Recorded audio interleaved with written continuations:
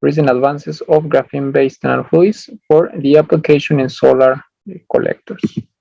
Como una introducción, quisiera mencionar algunos datos importantes que han sido publicados a lo largo de los últimos 5 años. Uno de ellos es que el consumo de energía a nivel global, pues por ahí del año 2017 alcanzó una cantidad importante, que son cerca de 180,000 terawatts hora.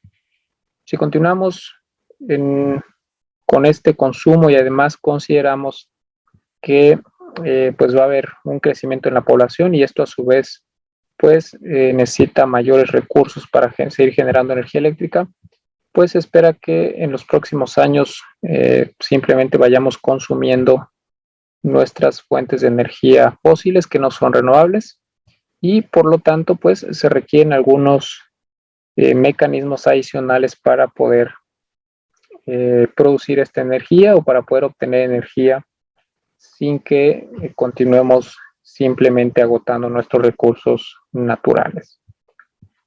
Una de las formas más fáciles de poder obtener energía es convertirla directamente desde el sol a través de lo que se conocen como colectores solares. Estos, sin embargo, todavía no tienen la eficiencia que uno quisiera y es por eso que al introducir nanofluidos dentro de estos colectores solares, pues se espera que haya incrementos importantes en la eficiencia y con esto, pues al mismo tiempo podría quizá reducirse el tamaño de los colectores solares para que no ocupen tanto espacio, que hasta el momento pues también una pequeña limitante de estos sistemas. Entonces en la siguiente diapositiva quisiera mencionar así de manera muy general cuáles son los dos procesos mediante los cuales se pueden obtener los nanofluidos. Está el proceso en un solo paso y el proceso en 2 pasos. En el proceso en un solo paso se obtiene tanto el grafito como el nanofluido a partir de materias primas baratas, como por ejemplo el grafito. En este ejemplo que estoy mostrando en la figura A, pues tenemos el estabilizador, tenemos grafito y esto se introduce en un fluido térmico.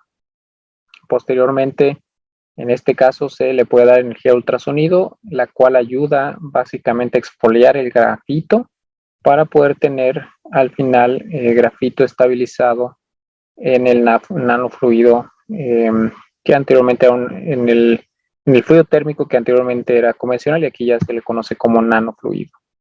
Entonces digamos aquí la ventaja es que se parte de materia prima barata como el grafito y todo se hace en un solo paso.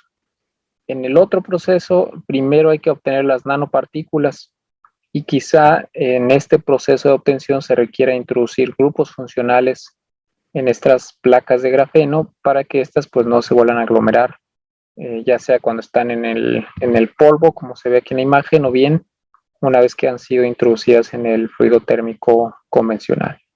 Entonces, si estas tienen algún grupo funcional, simplemente se dispersan en el fluido térmico y al final tenemos el nanofluido. Tiene la desventaja quizá de que la síntesis de estas nanopartículas pues, puede ser un proceso largo e inclusive puede ser de un costo alto. Por eso uno siempre se va por el proceso en un solo paso a través de grafito. Y hablando particularmente de los colectores solares, pues se tienen de diferente tipo. No quisiera ahondar mucho en esta diapositiva porque ya aquí tenemos en cada figura se puede ver los diferentes estilos que hay, pero bueno, el más conocido es el de tubo al vacío. Tenemos también los parabólicos y por otro lado los lineales de Fresnel, entre algunos otros. Entonces todos esos son candidatos para poder utilizar un nanofluido como fluido térmico, de tal manera que la eficiencia pues se pueda mejorar.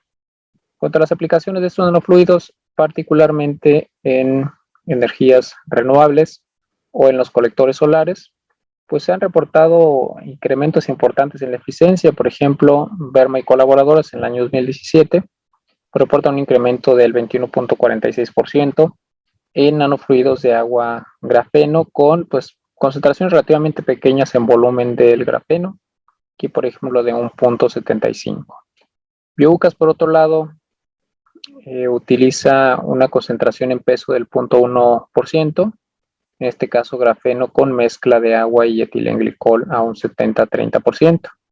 Shende y colaboradores en el año 2017 publicaron también un incremento en el 17.8%, en este caso utilizando óxido de grafeno y etilenglicol, y más adelante mencionaremos una de las desventajas todavía de utilizar óxido de grafeno. Por otro lado, Chen y colaboradores reportaron un incremento de eficiencia de un 33.6% aproximadamente, en donde utilizan óxido de grafeno reducido y agua, es decir, un nanofluido basado en estos dos componentes. Para terminar, otro trabajo importante por ahí del año 2017, se reporta un incremento del 25% para Wang y colaboradores, en este caso utilizando un aceite en presencia del grafeno. Entonces vemos cómo pues hay ya bastantes avances en este campo, de tal manera que aparentemente vamos en el camino correcto. Sin embargo, todavía hay aquí algunas limitaciones que no se han atacado quizá de la manera apropiada. Por ejemplo, uno de los principales métodos para obtener el óxido de grafeno o bien el óxido de grafeno reducido es a través del método de Homers. En este caso, digamos que una de las mayores limitantes es que consume mucho tiempo la producción, y por otro lado todas siguen utilizando sustancias tóxicas, es decir, ácidos, que no solo son tóxicos para el ser humano, sino también para el medio ambiente. Entonces aquí hay una área de oportunidad importante en la cual se pudiera mejorar la producción de grafeno utilizando quizá un método diferente. Otro aspecto importante que se debe atacar es que los nanofluidos suelen tener algún impacto sobre las superficies internas de los tubos a través de los cuales va a pasar, en las tuberías. Entonces van a causar en general algún tipo de desgaste. Pues bueno, no se ha hecho muchos estudios en este sentido.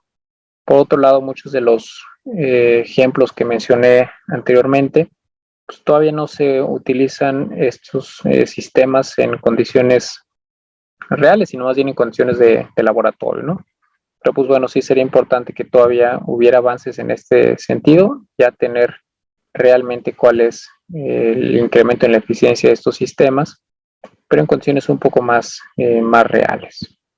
Y por último, no se sabe muy bien si estos nanofluidos pueden reciclarse, bajo qué condiciones, cuál es su tiempo esperado de vida, etcétera. Hay aquí otros puntos importantes a investigar en los próximos años para tener una visión más amplia del uso de estos nanofluidos en energías renovables y particularmente en colectores solares.